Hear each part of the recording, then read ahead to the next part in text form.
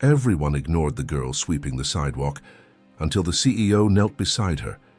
The morning rush in downtown Manhattan was a tidal wave of noise, motion, and indifference.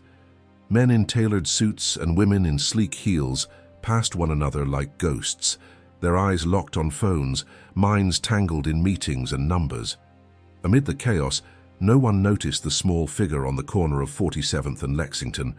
No one, except for one man. She couldn't have been more than 9 years old. Her tiny hands gripped a broom almost as tall as she was, the bristles frayed from use.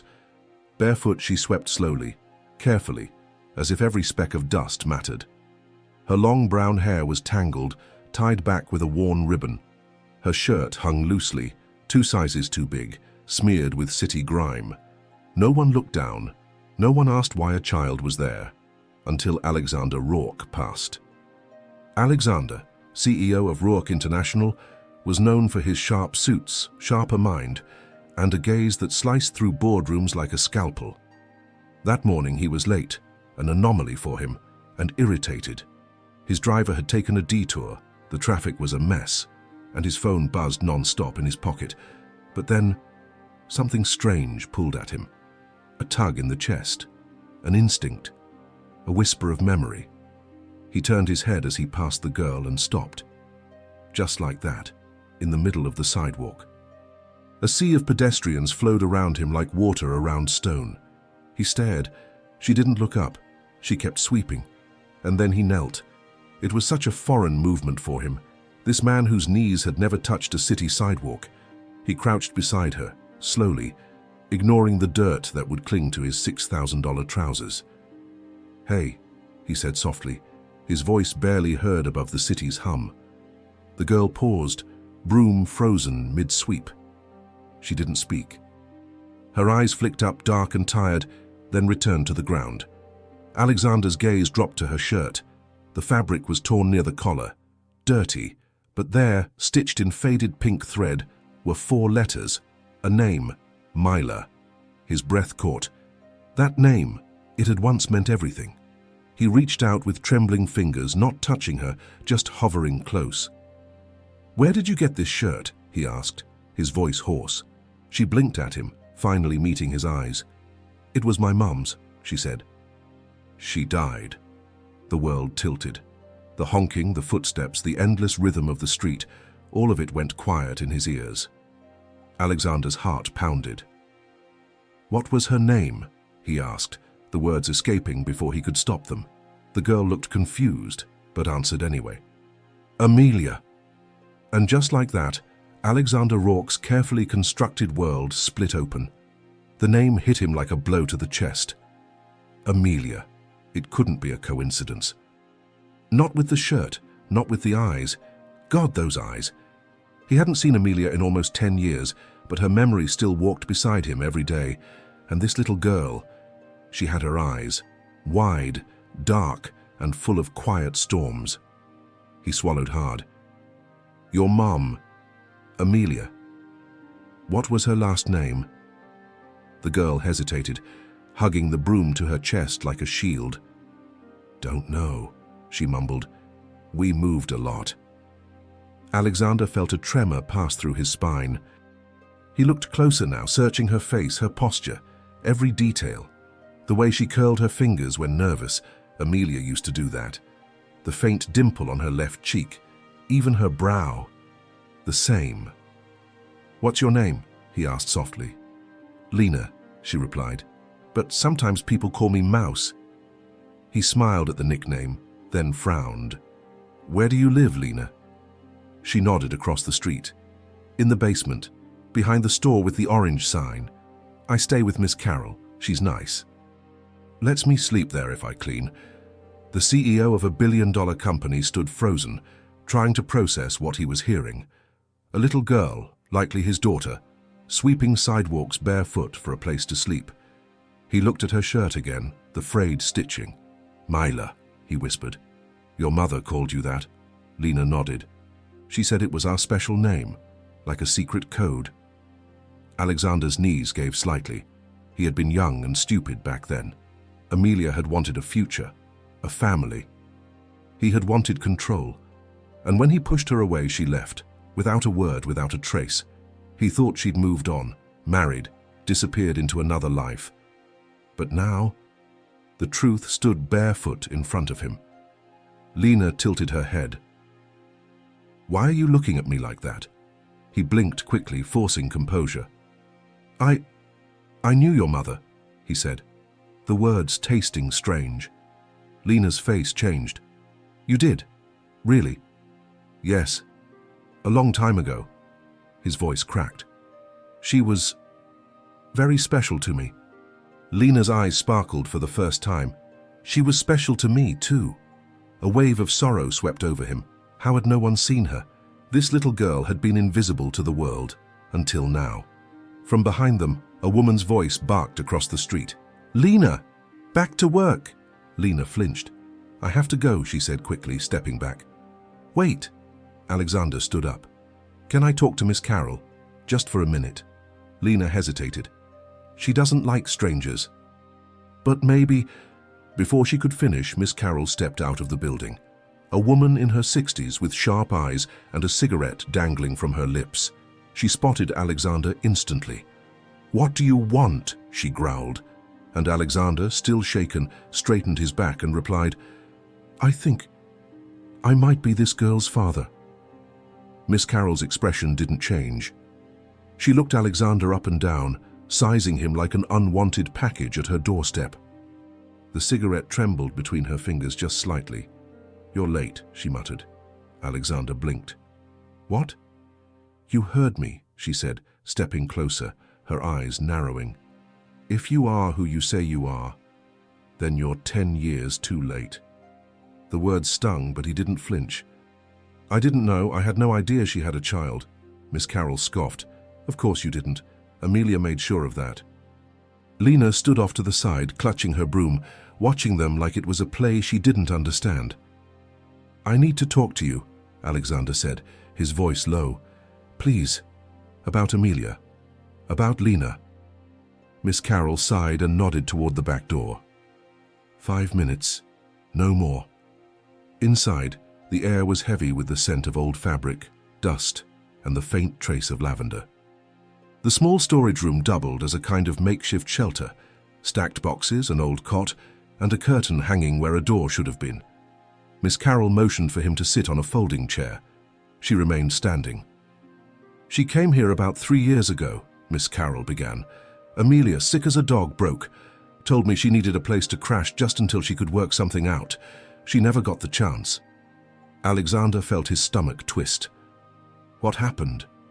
"Cancer," Carroll said flatly. "Aggressive. She lasted 7 months. She left that little girl with me. And a letter I was never supposed to open unless, well..." Her eyes met his. "Unless this day came." Alexander stared at her, heart racing. "A letter?" Carroll turned to a dusty drawer and pulled out a small envelope. It was old, faded, with just one name written in delicate, familiar handwriting. Alex. His breath caught again. He reached out, but Carroll didn't let go. "She told me if a man ever came asking about Lena, if he said her name, remembered her, showed he cared, I should give it to him. Otherwise it stayed hidden." He looked her in the eyes. "I loved her." Carroll studied him a moment longer, then finally let the envelope go. His fingers trembled as he opened it. Inside, a single page. Amelia's handwriting filled it with grace and sorrow. "Alex, if you're reading this, it means I'm gone. I never told you about her because I didn't want to bind you to something you hadn't chosen. But Lena, she's yours. She's ours. I hope one day you'll find her. I hope one day she'll have your eyes looking out for her. Forgive me. Amelia." Alexander pressed the paper to his chest, overcome. Miss Carroll softened just a little. "So, what are you going to do now, CEO?" He stood slowly. "I'm taking her home." But outside, Lena was gone. Panic slammed into Alexander like a wave. He rushed out the back door, eyes scanning the sidewalk, the street, the alley. "Lena!" he called, his voice cracking through the noise of the city. People turned to look, but no one stopped. She was gone, vanished into the sea of movement, just like her mother had all those years ago. He stormed back inside. "She's not out there. Did she say anything to you?" Miss Carroll's brows knitted together. "No, she was right there when I came in." Alexander's mind raced. She's only 9. Where could she go? Why would she run? A sinking thought hit him. "She's scared," he said. "She probably heard me say I'm her father." Carroll looked at him with something between pity and understanding. "You think it's easy for a kid like her to trust? Especially after everything she's been through." He paced, breathing hard. "What if something happens to her? What if—" "Relax," Carroll cut in. "She knows how to survive. That girl's tougher than she looks. But if you want to find her, you need to think like her." He stopped pacing. "What does that mean? Where would you go if you thought the only person who ever loved you was being replaced?" His chest tightened. "You think she felt threatened?" "She's a child," Carroll said simply. "She's been abandoned before. You just showed up like some movie character with answers she didn't ask for. She ran to protect herself." Alexander's fists clenched. He thought of all the boardrooms he'd dominated, the negotiations he'd won, the cold, calculated decisions he'd made over the years. None of it prepared him for this moment. He took out his phone. "I'll find her. I have contacts, security teams." "She won't go where they look," Carroll interrupted. "She'll hide in the places that feel safe, places that matter to her." Alexander paused, thinking hard. What did Lena say? Basement, cleaning, orange sign. Miss Carroll, sweeping. Suddenly, it clicked. "She mentioned a park," he said. "She said her mum used to take her there, with birds and statues." "Bryant Park," Carroll nodded. "They used to go early mornings, before the crowds." Without another word, Alexander bolted. His driver was waiting, confused by the urgency, but Alexander barely gave instructions, just Bryant Park now. As the car wove through traffic, he stared out the window, heart thudding. The letter burned in his pocket. His mind flashed through memories. Amelia laughing, Amelia crying, Amelia walking away for the last time. He couldn't lose their daughter too. 15 minutes later, he arrived. He ran past benches and fountains, scanning every face, every corner. And then he saw her. She was crouched beside a statue, arms wrapped around her knees, hair falling over her face. Alone. He approached quietly, slowly. "Lena," he said gently. She didn't look up. "I'm sorry I scared you." Still, she didn't move. He knelt down, voice trembling. "I don't want to take your mum's place. I just want to be here for you." She looked at him finally, eyes red. "You're really him?" He nodded. "I am." Tears welled in her eyes. "Then why did you let her die alone?" The question hit him like a knife, sharp and unforgiving. For a moment, Alexander couldn't breathe. The sounds of the city seemed to fade behind the raw silence between them. Lena stared at him with the open pain only a child could show. Honest, undiluted, impossible to deflect. "I didn't know," he said softly. "I didn't know she was sick. I didn't even know you existed." Lena hugged her knees tighter. She cried a lot, at night. I heard her. She never told me why. Alexander felt tears pricking at the corners of his eyes. "I wish I could go back and fix everything, but I can't. All I can do now is be here, if you'll let me." Lena looked down, her voice barely audible. "She said you were important, that you had a big job, but that you'd never choose us." His throat tightened. She was wrong.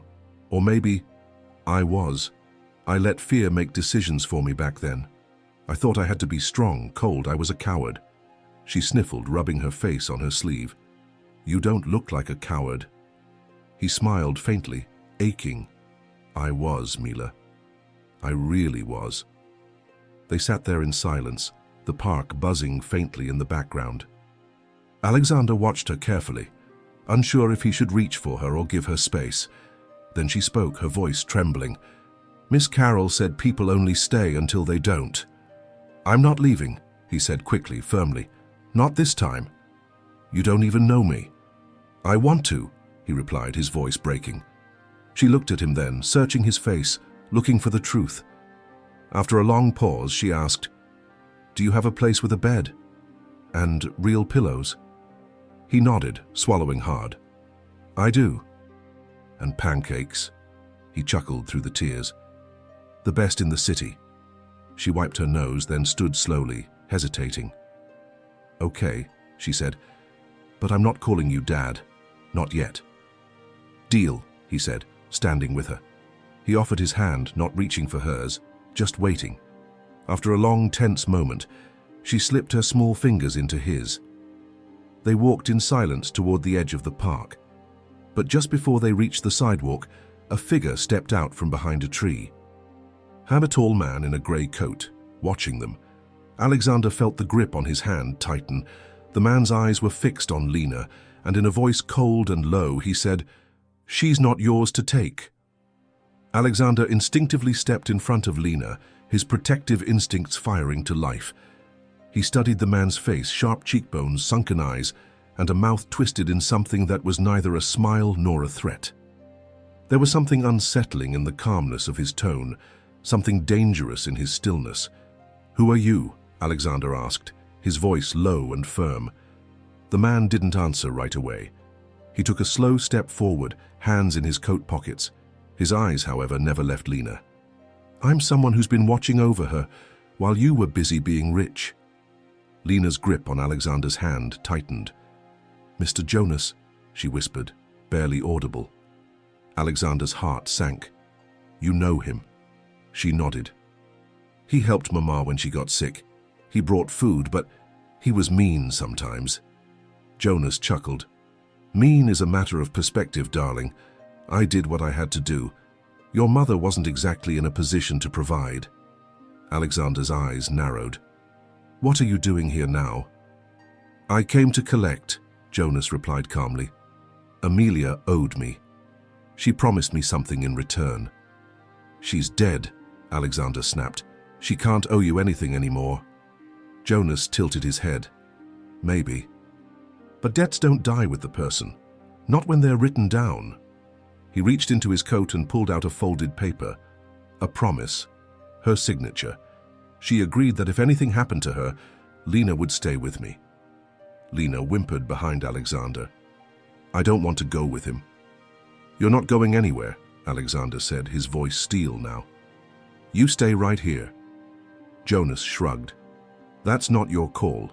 You're a stranger. You weren't there." "I was." Alexander stepped forward. "I'm her father." Jonas raised an eyebrow. "You have proof?" Alexander's jaw clenched. "A letter from Amelia, in her handwriting.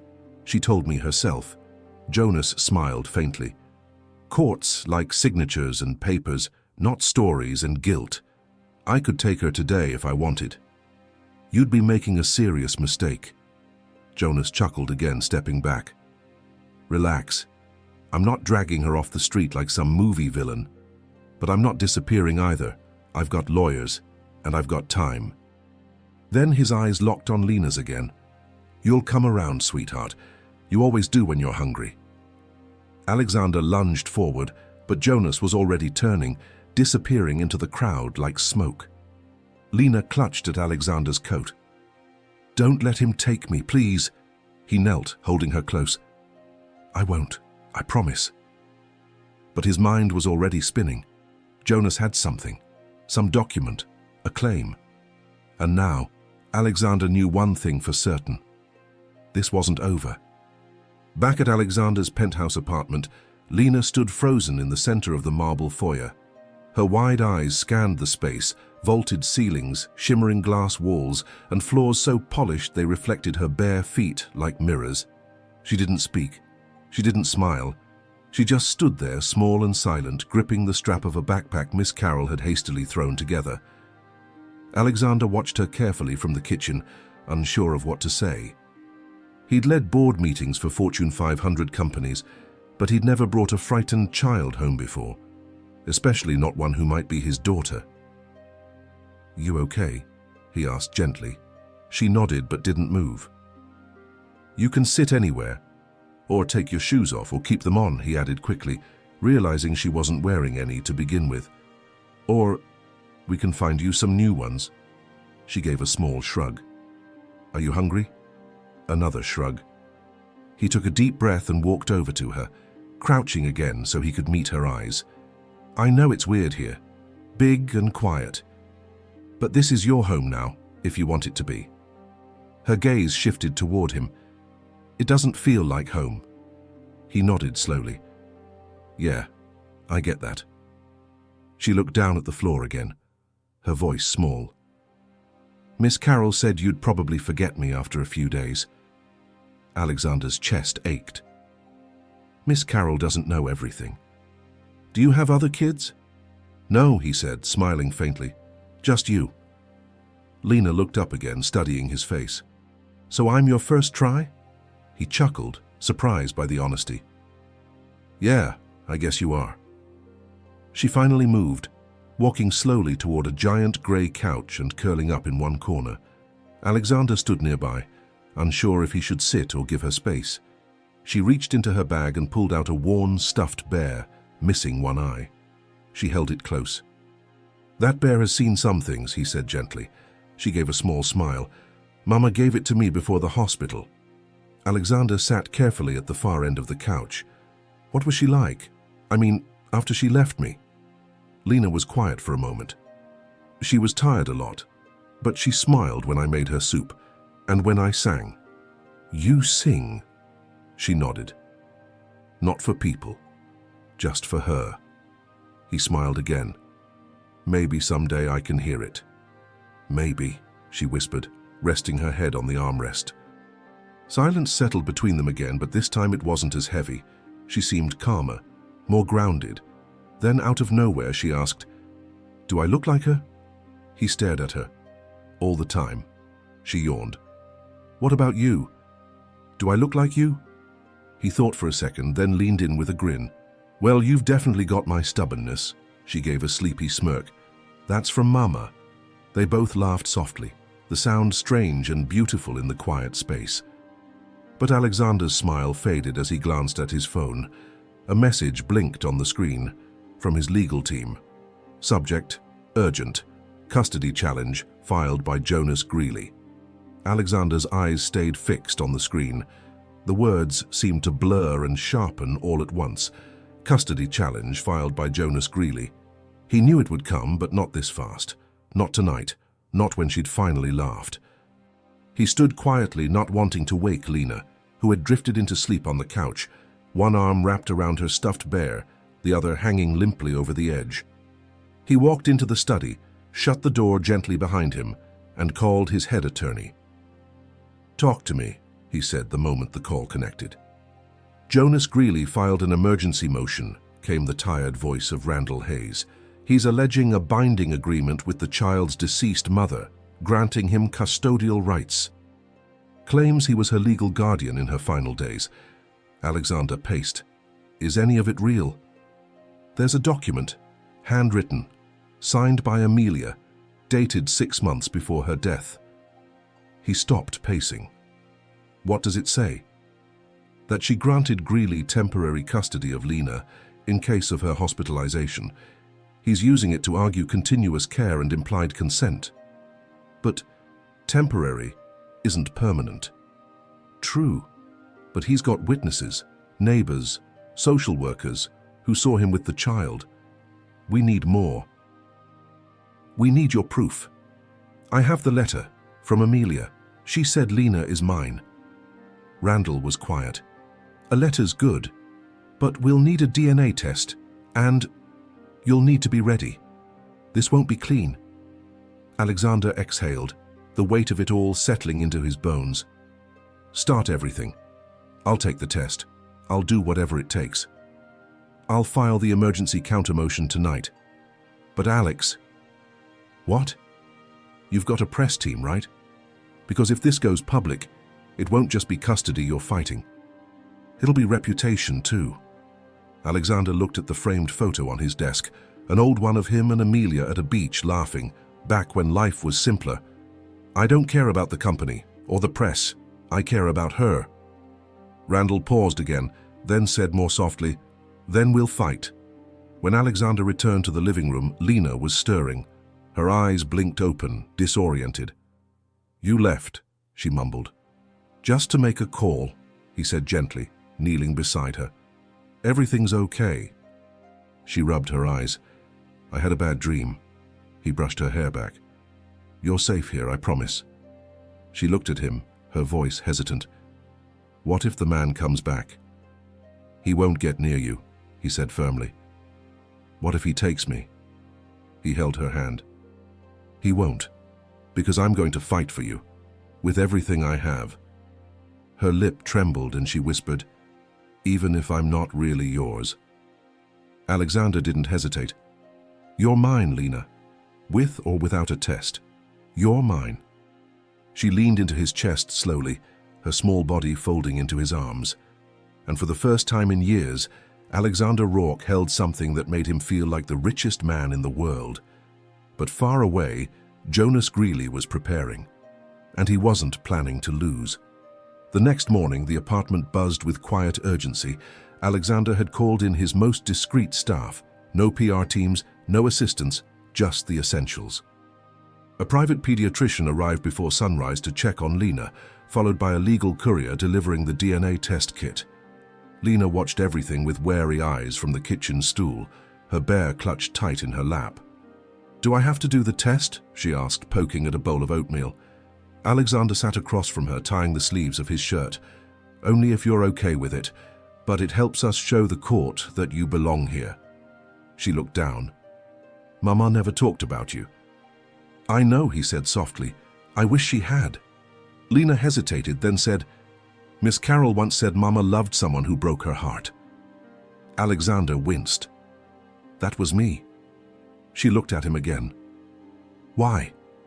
He sighed, trying to find words a 9-year-old could understand. "I was scared. I thought love made people weak, but losing her showed me that love is what makes us strong." She didn't answer, just scooped another spoonful of oatmeal. A few hours later, the test was done. Simple, quick, clinical. Lena barely flinched as the swab was taken. When it was over, she retreated to the balcony with her bear, watching the city while Alexander reviewed documents in the study. Then his phone buzzed. It was Miss Carroll. "I just saw Jonas," she said without preamble. "He came by the building, asked if anyone had seen you two. He looked smug." Alexander's grip tightened. "What did you say?" "I told him to drop dead, but he left a message, said to tell you that family is about more than blood. And that you've got no idea what Amelia promised." Alexander leaned against the window. "He's bluffing." "Maybe, but watch your back, Alex. That man is colder than you ever were." He ended the call and turned to find Lena standing behind him, silent. "Were you talking about him?" Alexander nodded. "Yes." She stepped forward slowly. "He told Mama once that no one else would ever want me."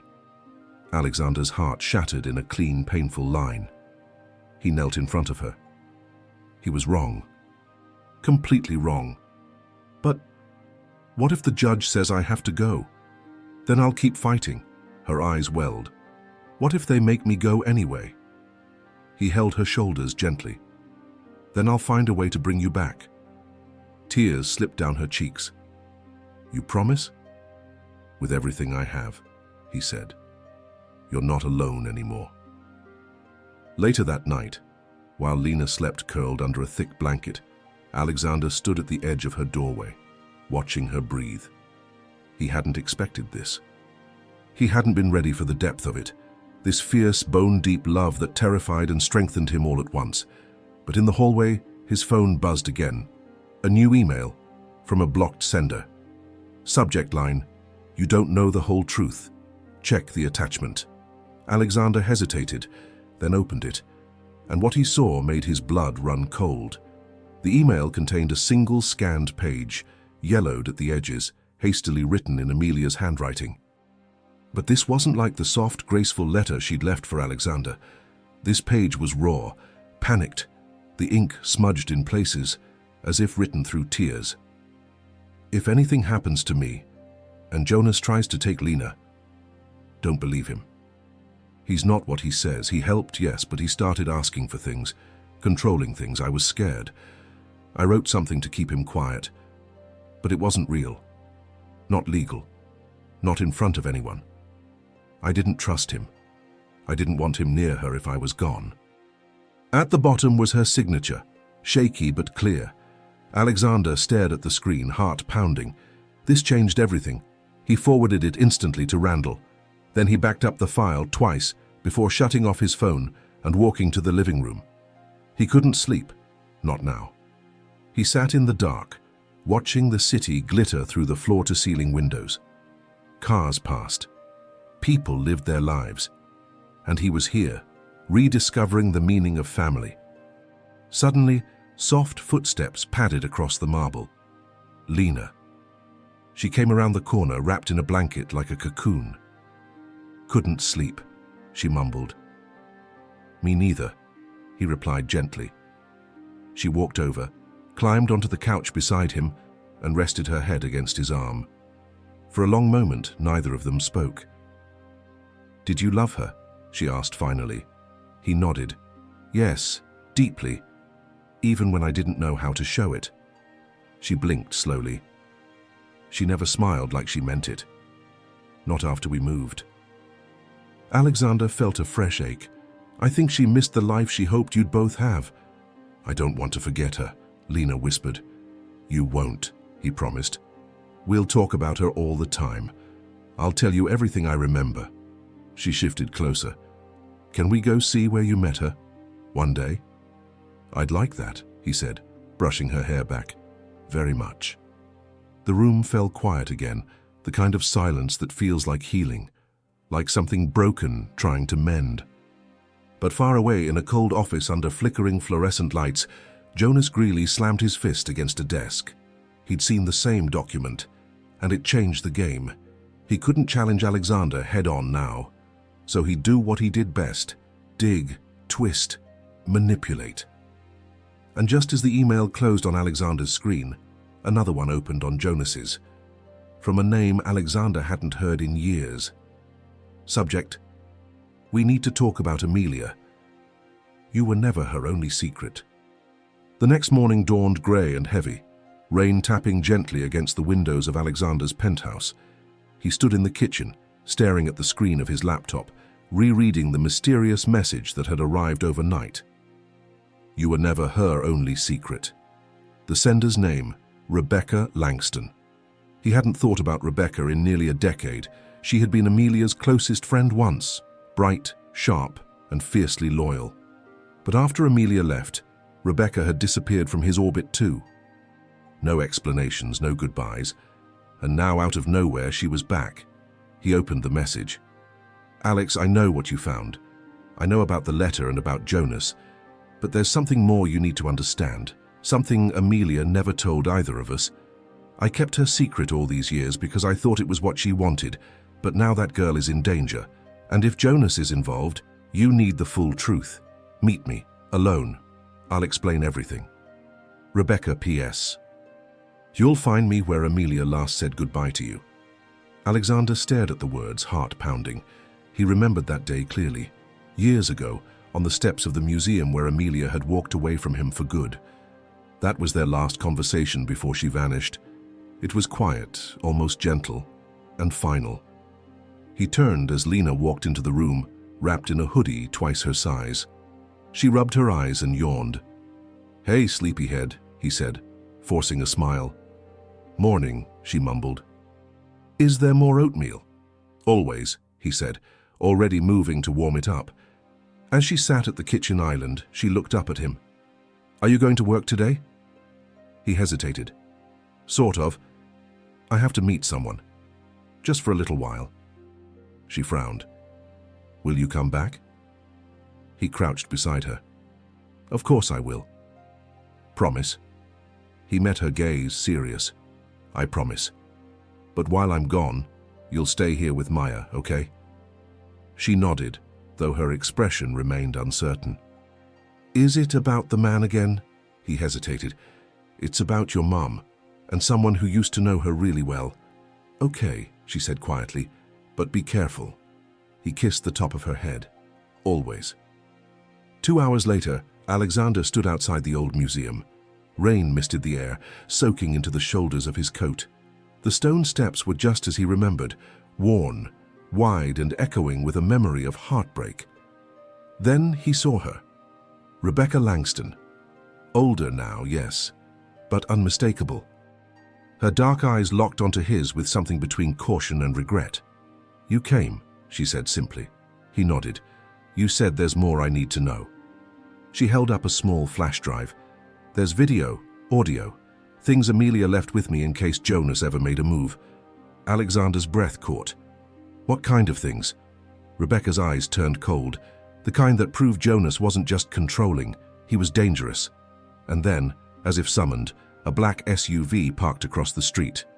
Jonas, watching. Waiting. Rebecca grabbed Alexander's arm. "We don't have much time."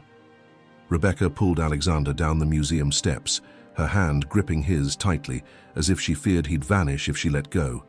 They weaved through the early morning crowd, disappearing into a nearby alley just as Jonas stepped out of the black SUV. His eyes scanned the street like a predator tracking prey, but they were already gone. Inside the alley, sheltered under a rusted fire escape, Rebecca exhaled sharply. "We need to move fast. He knows I contacted you." Alexander leaned against the brick wall, still catching up. "Tell me what's on that flash drive."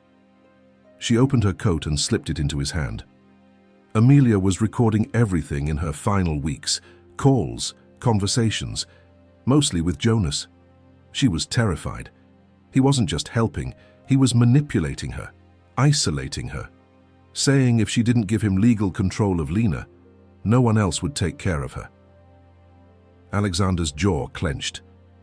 She was dying, and he took advantage of that. Rebecca nodded grimly.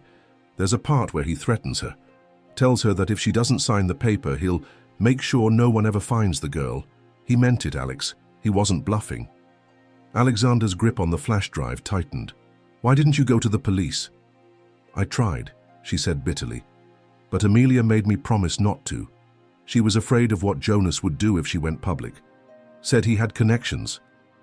That no one would believe a dying woman over a community hero." Alexander's head spun. "So you just waited?"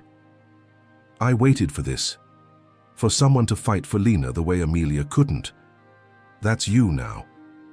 He looked at her, pain etched deep into his features. "And what happens if I lose?" Rebecca's eyes turned steely. "You can't.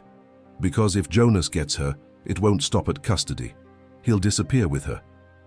Alexander stared at the flash drive for a long moment, then tucked it securely into his coat. "We go public," he said. "If I try to win this in court alone, he'll find a way around it. But if the truth is exposed, if the world hears Amelia's voice, sees what he did..." Rebecca nodded. "That's why I called you. Amelia wanted you to protect her daughter. This is how you do it." He checked his watch. "I have a press connection, discreet. I'll make sure this gets out safely." But as they stepped out from the alley and back onto the street, a loud bang stopped them cold. A brick had smashed the side of a nearby car. They turned. Jonas was gone. But in his place, a note taped to the windshield, written in black ink. "You go public, I go nuclear. She's not who you think she is." Alexander tore the note down, heart thudding. And beside him, Rebecca whispered, "There's something else. Something Amelia told me on her last night." He turned to her. She said, "Lena might not be your only child." The words hit Alexander like a landslide. "Not your only child." It echoed in his head, impossible to grasp. He stared at Rebecca, waiting for some kind of clarification, some mistake. But her expression told him everything. This wasn't a rumor. It was a truth carefully buried. "What are you talking about?" he demanded, voice low and urgent. Rebecca glanced around, then pulled him deeper into the alley. "She was pregnant when she left you, yes. But that wasn't the first time." Alexander blinked. "What?" "She was pregnant once before, years earlier, before you two even got serious. She told me she lost the baby. But later, after Lena was born, she said that wasn't true." Alexander's mind raced. She had a child before Lena and didn't tell anyone. Rebecca nodded. She gave the baby up, said she wasn't ready. She never told the father. She kept everything quiet. I think it destroyed her, Alex. The guilt, the grief. She thought she didn't deserve a family after that. His thoughts scattered in all directions. Do you know who the father was? She never said. I asked once. All she told me was, he was kind and it would have ruined him. That's all I got. Alexander ran a hand through his hair. Why didn't she ever tell me this? She was going to, after Lena was born. But by then, it was too late. She didn't trust anyone. Not even me. He paced a few steps, the rain beginning to fall again in slow, steady drops. Is there any record, a birth certificate, an adoption file? Rebecca reached into her bag and pulled out a small, crumpled envelope. This is all I have. Amelia gave it to me in her final days. Told me not to open it unless something happened to Lena. But if Jonas is threatening you, then whatever's in here might be the leverage we need. Alexander took the envelope, his hands shaking slightly. Inside was a folded sheet of paper, a hospital form, old and faded. The name at the top, Baby Langston. No first name? He asked. She never chose one. The adoption was closed, but the agency, it's still active. Where? Upstate, near Hudson. I checked last year. Quiet place, private. They might still have the records. Alexander folded the paper carefully and tucked it into his coat. Then he looked at Rebecca. Why now? Why come to me now? She met his gaze. Because if Jonas knows this, he'll use it. He'll twist everything. You need the full picture to protect Lena, and maybe even find the child Amelia left behind. Alexander stared into the distance, his thoughts torn between the past and the fragile present. He had walked into this believing it was about one lost daughter, but now it seemed he had two. And just as he turned to speak, his phone buzzed again. It was Maya. Lena was gone. Alexander's blood ran cold. He didn't hesitate. He turned and sprinted out of the alley, nearly slipping on the wet pavement. Rebecca followed close behind, shouting questions.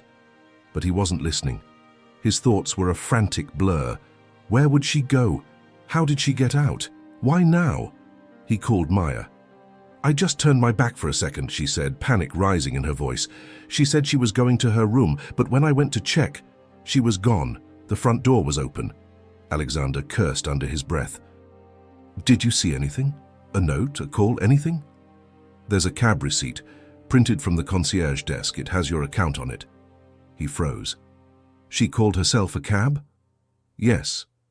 And left a message for you with the doorman, written on napkin paper. Maya texted him a photo. It was Lena's handwriting, small and shaky. I just want to see where she was happy. Don't be mad. Underneath it, museum steps. Alexander's stomach dropped. She's going back. He hung up and flagged down a cab, shouting directions. Rebecca climbed in beside him, silent, reading his fear. Why would she go back there? She asked. She must have overheard something, maybe part of what we said about Amelia. His hands trembled. She's looking for pieces of her mom. When they arrived, the museum was busier now. Field trips, tourists, lines forming. Alexander jumped out and scanned the steps. No Lena. He raced up the stairs, calling her name. Nothing. Check inside, Rebecca said, pointing toward the glass doors. She might have gone in. He rushed past security, flashing his ID without stopping, heart thundering in his chest. The museum was cool and dim, the sounds of voices echoing faintly across marble floors. He sprinted to the last place he and Amelia had spoken, the south atrium near the sculpture garden. And there she was, sitting on the edge of a bench, legs swinging, her bear in her lap. "Lena!" he gasped, rushing forward. She turned slowly, eyes wide. "You're not mad?" He dropped to his knees in front of her, pulling her into a fierce embrace. "You scared me half to death." "I'm sorry," she whispered into his coat. "I just wanted to see the place where she said goodbye. I thought maybe I'd feel her." He held her tighter. "You will, but never by running away again, okay?" She nodded into his chest. "I heard you. On the phone. Talking about someone else. Another kid." Alexander closed his eyes. "I was going to tell you. Was it true?" "Yes," he said quietly. "But it doesn't change anything. You are my daughter. No one could ever replace you." She pulled back just enough to look into his face. "Then can I stay with you? Forever?" He cupped her cheek. "That's what I've wanted since the moment I saw you." But behind them, at the far end of the gallery, a quiet commotion stirred. Security guards were speaking into radios. And outside, Jonas Greeley was pushing past the front steps, with a court order in his hand. Alexander turned sharply, catching sight of Jonas through the museum's tall glass windows. The man moved with quiet fury, a folded paper clutched in one hand and a smug determination in his eyes.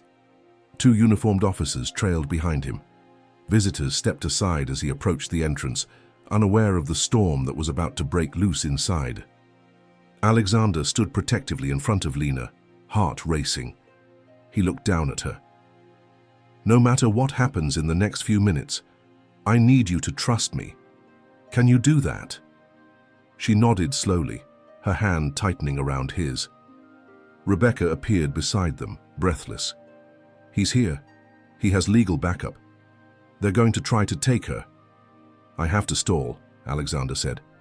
"Give Randall time to get the documents to the judge." Rebecca pulled out her phone. "I'll call him now. Keep her with you." Jonas entered the atrium like a man who owned the room. The museum's quiet ambiance shattered under the weight of legal authority. He spotted Alexander immediately and made his way forward, flanked by the officers. "Mr. Rourke," Jonas said coldly, "you are harboring a minor unlawfully. I'm here to enforce a temporary custody order granted this morning." Alexander didn't move. "You don't have the full story. That document is based on lies." Jonas held out the court paper like a weapon. "It's a binding emergency order signed by a judge. You can argue all you want later, but for now she comes with me."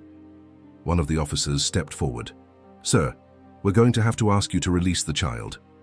Alexander dropped to one knee, facing Lena. "Do you trust me?"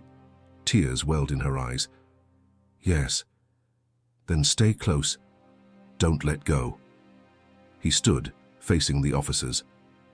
"I have a letter written by her mother. I have audio recordings proving he coerced her. You take her now and you're helping a criminal take a child he manipulated his way into claiming," Jonas smirked. "Still clinging to fairy tales, Rourke?" Alexander's jaw clenched. "This isn't a fairy tale. It's a war. And I came prepared." From the far side of the atrium, Rebecca returned, holding her phone in the air. "The judge has been reached. He's seen the documents. The custody order is suspended pending further review. Jonas, you try to take her now and you're in violation." Jonas's face twisted. "You think you've won?" "No," Alexander said calmly, drawing Lena closer. "I think I've started." The officers exchanged a look, then slowly lowered their hands from their belts. "We're standing down." Jonas stepped back, fuming, his eyes narrowing to slits. "This isn't over." "No," Alexander agreed, holding Lena close. "It's just beginning." As Jonas stormed out, defeated for now, Lena looked up at Alexander. "Are we really going to be okay?" He smiled, brushing a tear from her cheek. "We're going to fight until we are." But in the shadows of the gallery, a woman watched them from behind a pillar, dark hair, tired eyes, and the same dimple as Lena. She turned and disappeared before anyone could see her face. The woman moved quickly through the museum's service corridors, her heart pounding in her chest. Her hands trembled as she pushed open a side door and stepped into the rain, disappearing into the early afternoon crowd. She pulled up her hood, clutching a worn canvas bag to her side as if it held her entire life. Her name was Maren.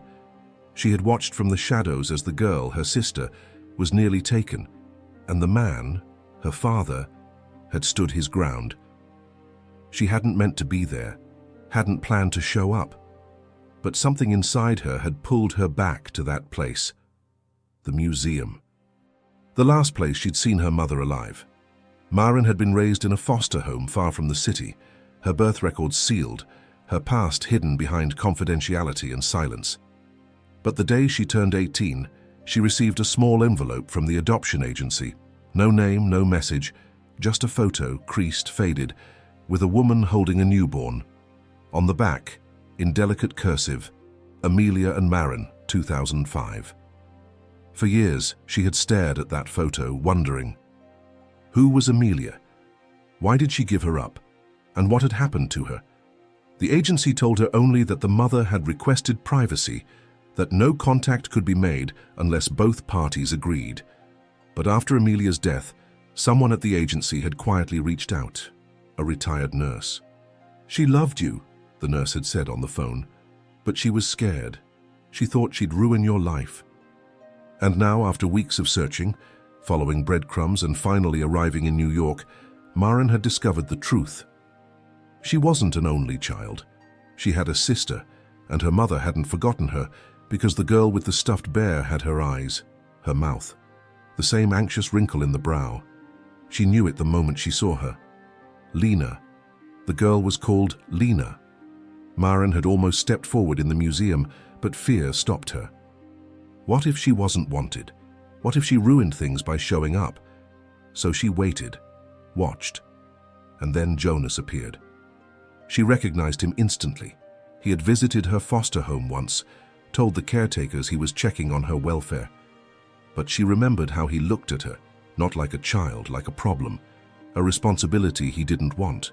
He had no idea, she remembered. Now, back in a small rented room across town, Maren sat on her bed, the photo of Amelia and herself laid out on the blanket. She opened her laptop and pulled up a browser. Search, Alexander Rourke. The results flooded in. Articles, business profiles, photos. And then, buried in a tabloid blog, mystery child at center of CEO's custody battle. Who is the girl? She stared at the image. Lena. A tear slipped down Maren's cheek. She had waited her entire life for a face that looked like hers, and now that she'd found it, she had no idea how to reach for it. But someone else had found her first. A knock came at the door. She froze. Then a voice, smooth and venomous. "Hello, Maren, I've been looking for you." Maren's breath caught in her throat. Her heart pounded so loudly she was sure whoever stood behind the door could hear it.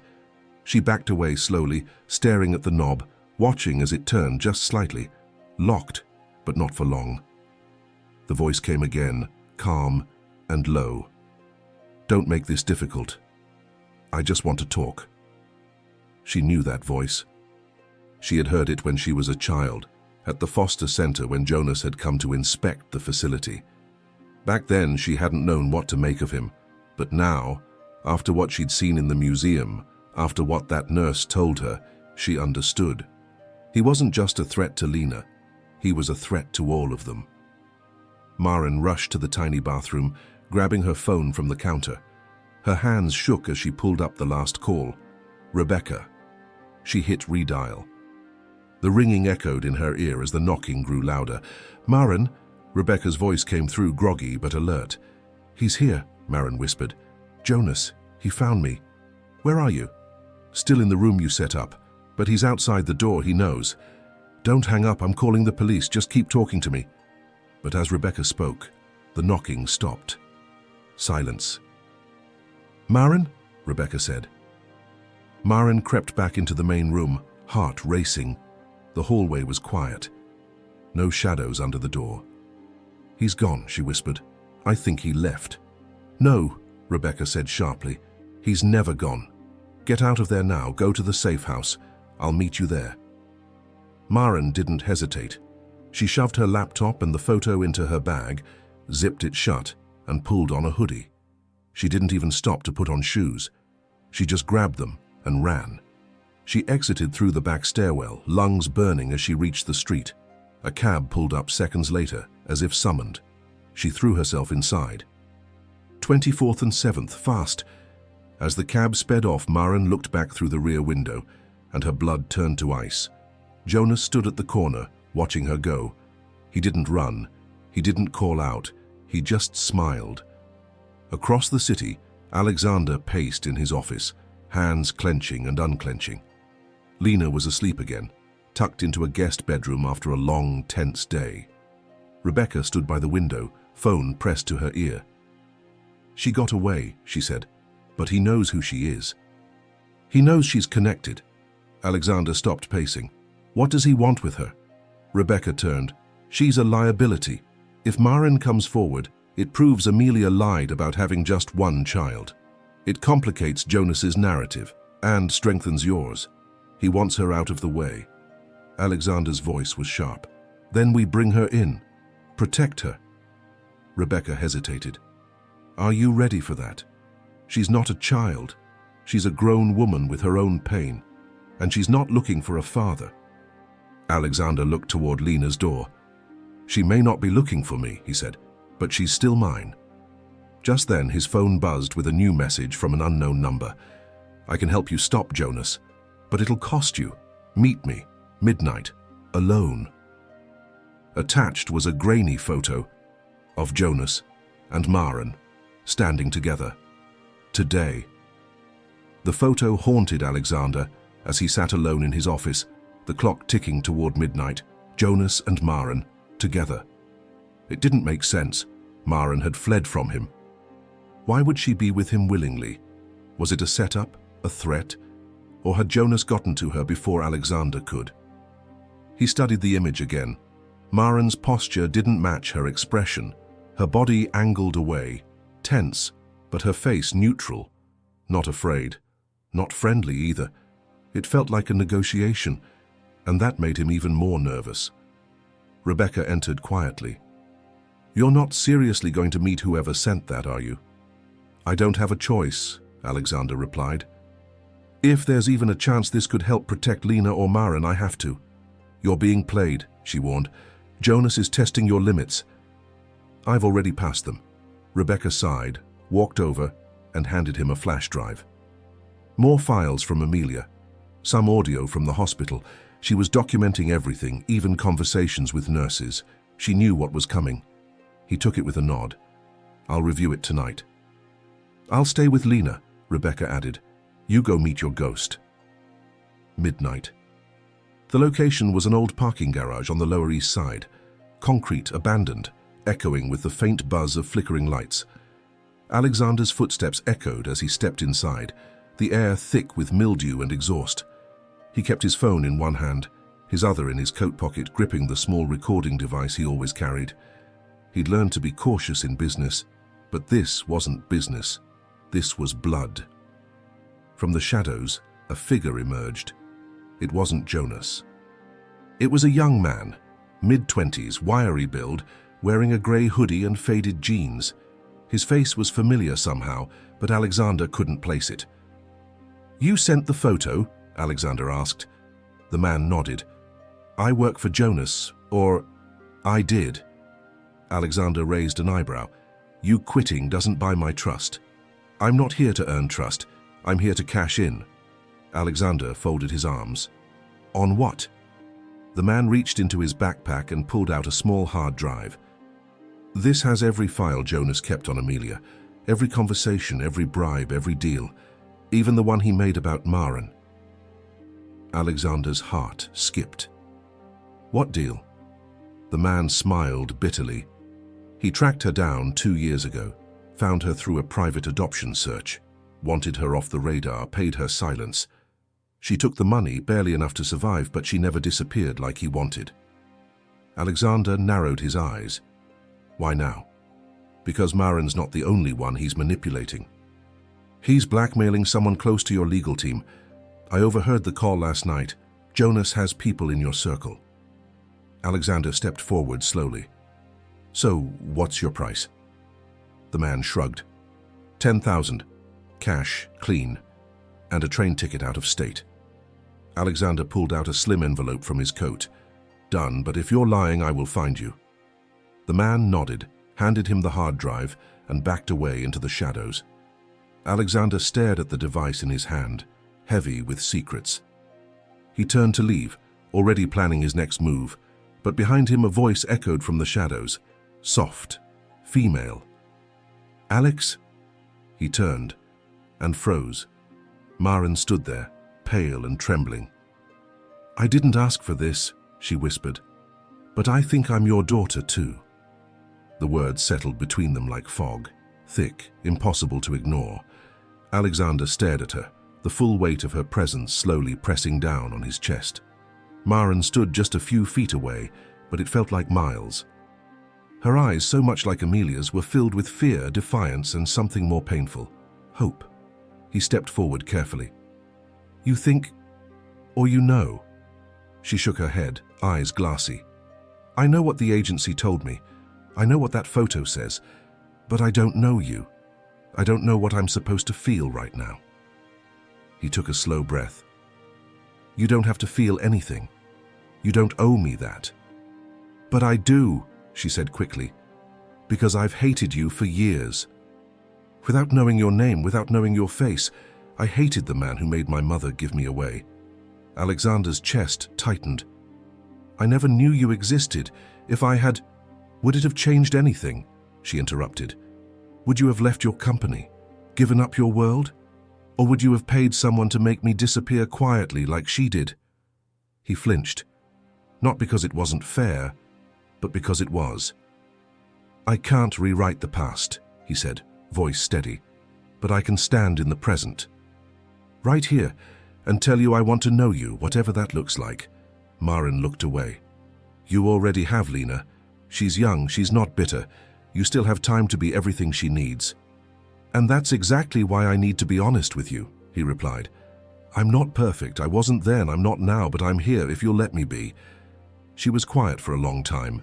Then softly she said, "Jonas says you only want me now because I'm useful.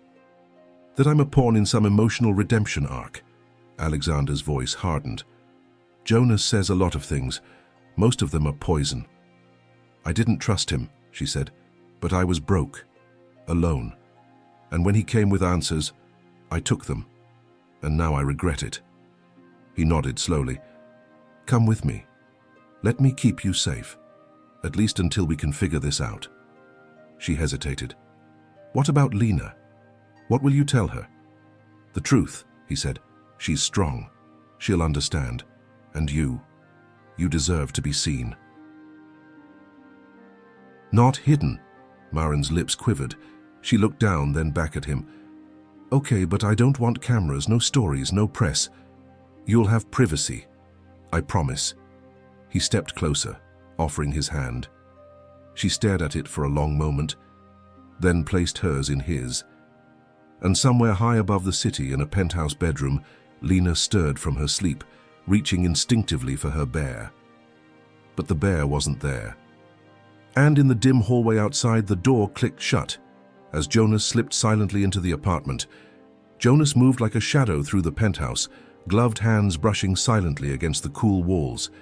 He knew the layout, he'd studied it, knew the blind spots in the security system, the lazy habits of the night staff, the window of time when Alexander would be away. He hadn't come to talk, not this time. He moved past the guest rooms, past the soft hum of the living area, toward the corridor where the bedrooms lay. One door was slightly ajar, Lena's. A faint nightlight glowed inside, casting long shapes across the floor. He stepped closer, slow and careful. Inside, Lena turned in her sleep, unaware. He watched her for a moment, face unreadable. Then he reached into his coat and pulled out a small device, rectangular, sleek, with blinking red lights. A tracker. He knelt and carefully slid it into the lining of her bear, which lay beside the bed. "Just in case," he whispered. Then, just as quietly, he stepped back, only to freeze. Rebecca stood in the hallway behind him, barefoot, holding a mug of tea. Her eyes widened in horror. "What the hell are you doing?" she whispered, voice trembling. Jonas straightened. "Taking precautions. The world's a dangerous place for little girls." Rebecca's jaw clenched. "Get out. Now." "I'm not here to take her," Jonas said calmly. "Not tonight. Just needed a safeguard. You never know when a father might get reckless. I'll scream, she threatened. And bring the girl running? You won't risk it. His smile was cold. Rebecca's hands tightened around the mug. You're not going to win this. Jonas tilted his head. I already did. I made you afraid in your own safe place. That's how it starts. He turned and disappeared down the hall before she could respond. She rushed to Lena's room, found the bear and felt inside. Her fingers brushed the device. She yanked it out, chest heaving, and ran to the trash chute. The tracker dropped, clattering into darkness below. She locked every door and returned to Lena's bedside, shaking. Lena stirred, eyes fluttering open. Miss Rebecca. It's okay, she whispered. Just a bad dream. The little girl nodded, already slipping back to sleep. But Rebecca didn't sleep that night. Across town, Alexander and Maren sat in silence at a small cafe, a safe place chosen carefully. Maren sipped tea slowly. I don't know what I'm supposed to feel about all this. You don't have to decide now, Alexander said. We take it one day at a time. She looked at him, hesitant. What if I don't want to be part of your world? Then I'll meet you in yours. Maren blinked at that, something in her face softening. Just then, Alexander's phone buzzed. It was Rebecca. 3 words. He was here. And underneath that, Lena doesn't know. Alexander didn't wait for his tea to cool. He tossed cash on the table and stood so quickly the chair nearly fell over. We're going, he told Maren, already dialing Rebecca's number. His voice was sharp, clipped. Tell me exactly what happened. He came in through the back service door, Rebecca said, her voice low but steady. Knew the codes. Probably bribed someone. I caught him in the hallway just outside Lena's room. Did he touch her? No, but he planted a tracker in her bear. Alexander stopped walking for a moment, just to absorb the fury before it consumed him. Is she okay? She never woke up. I took it out before she even noticed anything. I'm calling security now, lock everything down. Maren stood beside him wide-eyed. He was in your home. Alexander's jaw clenched.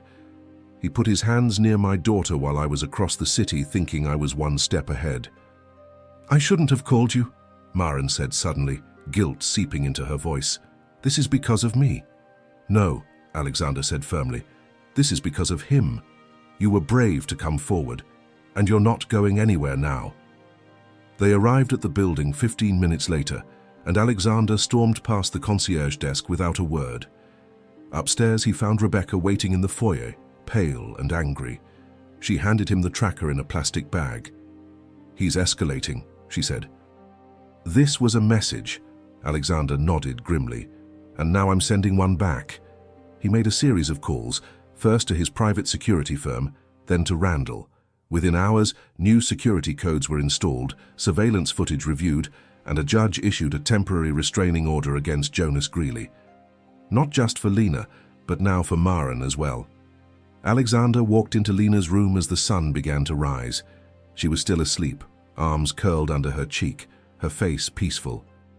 He sat on the edge of her bed, brushing a strand of hair from her forehead. Daddy, she murmured groggily. I'm here, he whispered. You're safe. She sat up slightly, blinking. Why are you in my room? I needed to see you, just to make sure you're okay. She smiled sleepily. Did something happen? He hesitated, then chose honesty. Someone tried to scare us, but they didn't win. We're stronger. She nodded as if that made sense, then looked over his shoulder. Who's that? Maren stood quietly in the doorway. Alexander smiled gently. Lena, this is Maren. She's someone very special, someone who loved your mom too. Lena tilted her head. She looks like me. Maren stepped forward slowly. Because we're sisters, Lena blinked. Really? Maren nodded. I just found out too. There was a long, aching pause. Then Lena climbed out of bed, walked to Maren, and simply said, Do you want to sit with me? Maren's voice cracked, more than anything. They sat together on the bed, not saying much, just leaning against each other, tentative but willing. But in a dark corner of the city, Jonas sat in a car watching a screen that no one knew existed, and he was smiling again. Jonas leaned back in the leather seat of the tinted SUV, the dim glow of the hidden monitor reflecting in his eyes. The footage was grainy but clear enough. He watched as Lena and Maren sat side by side on the bed, an image that would melt the heart of any outsider. But Jonas wasn't watching to admire the reunion. He was watching for leverage. Next to him, a laptop sat open with multiple surveillance feeds, hacked security cameras from the building, a trace program running quietly in the background. Jonas didn't just want Lena back. He wanted Alexander destroyed, publicly, thoroughly, and he'd found his next card to play. He pulled out a manila folder from the seat pocket. Inside, a copy of Maren's sealed adoption file. He flipped to the section labeled Paternal Identity. Unknown. He smirked. Unknown to the agency, maybe, but not to him. He had already contacted the man listed in a separate, hidden document, Amelia's former friend and confidant, a man whose reputation was built on charity work and clean hands, a man who would lose everything if the truth about a secret child came out. Jonas opened his phone and sent a message. Your daughter is living with Alexander Rourke. Still want to stay silent? Then he closed the laptop, satisfied. One by one, the pieces were moving into place. Back at the penthouse, Alexander stood in the hallway, watching the two girls together. Something fragile was unfolding in that room, an unspoken understanding forming between strangers who shared blood but not history. Rebecca approached quietly. Maren's staying. She is, Alexander said. At least for now. She doesn't want press or attention. Just a chance to figure out what family means. Rebecca nodded.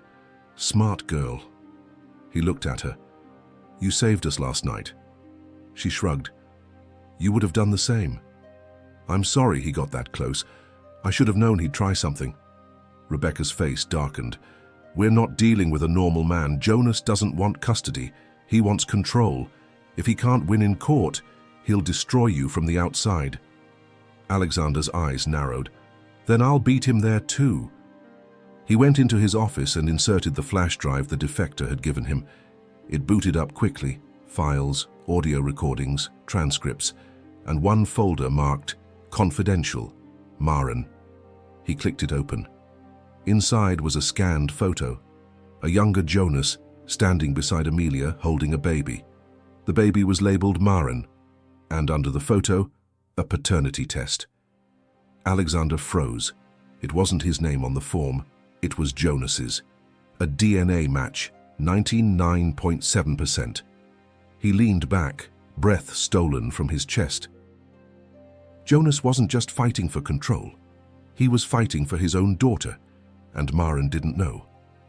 Alexander sat motionless in his chair, staring at the screen. The air in the room felt colder now. The revelation spread through him like ice.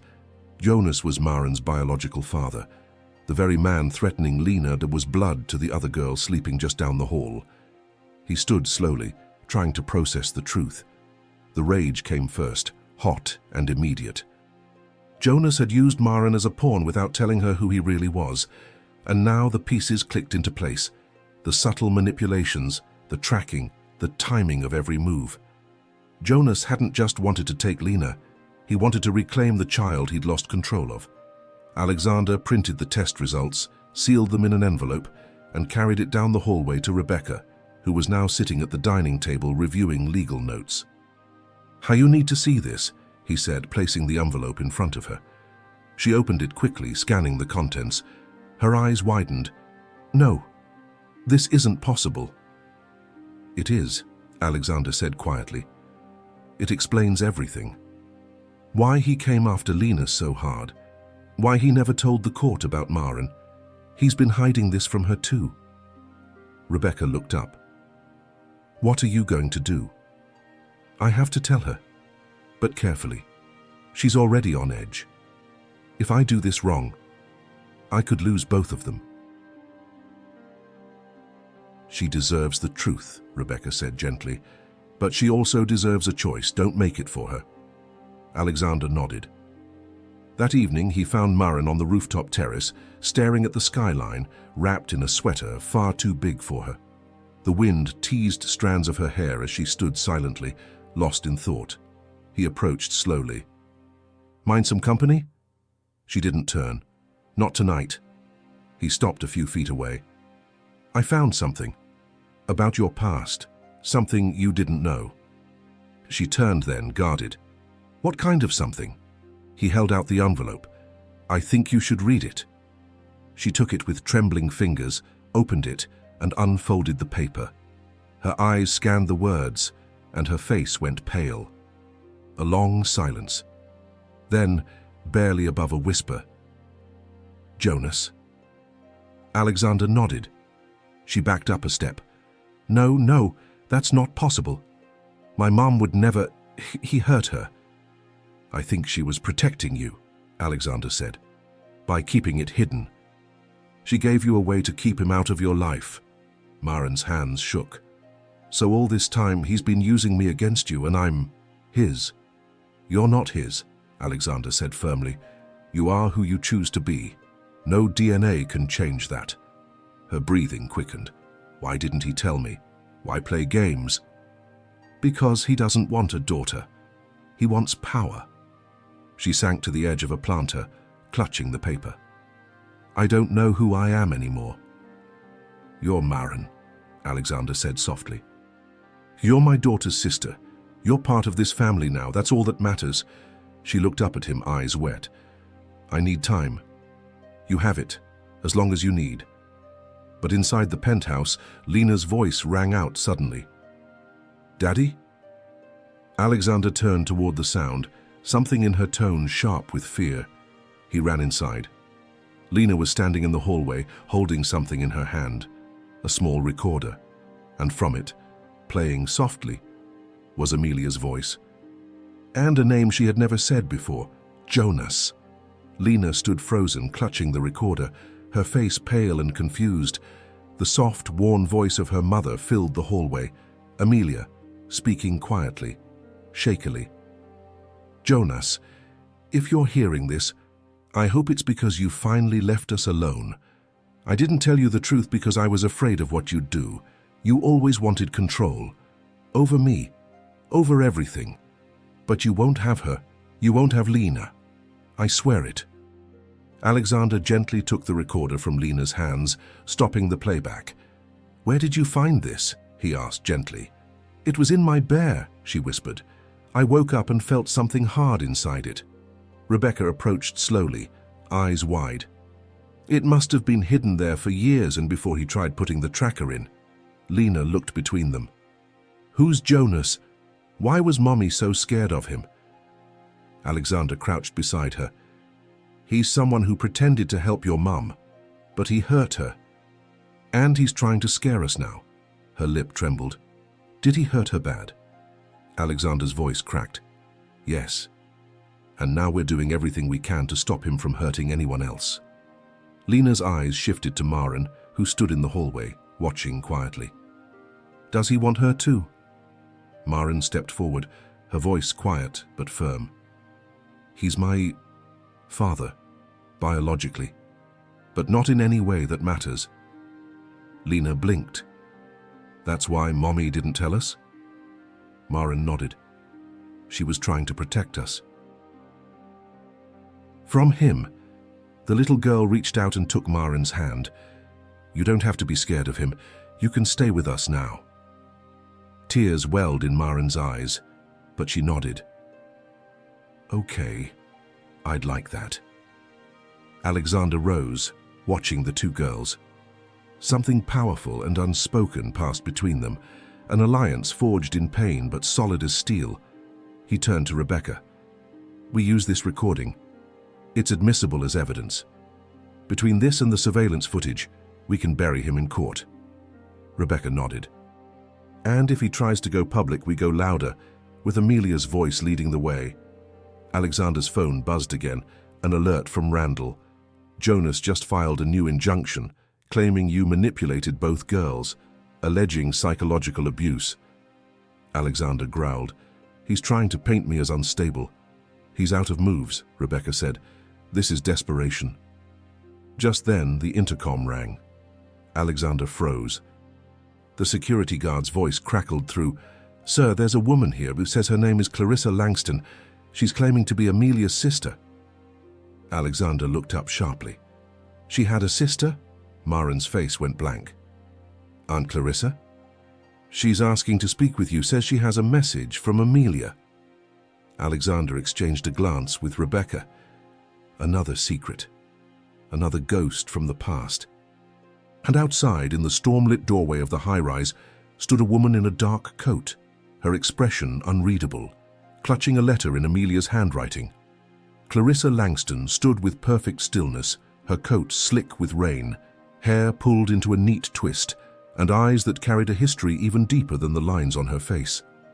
Alexander stepped into the building's lobby, his heart pounding, not from fear, but from the heavy weight of the unknown. He'd never heard Amelia speak of a sister, never saw her face in photos, never heard a mention in any stories. And yet, as he approached her now, something about Clarissa was instantly familiar.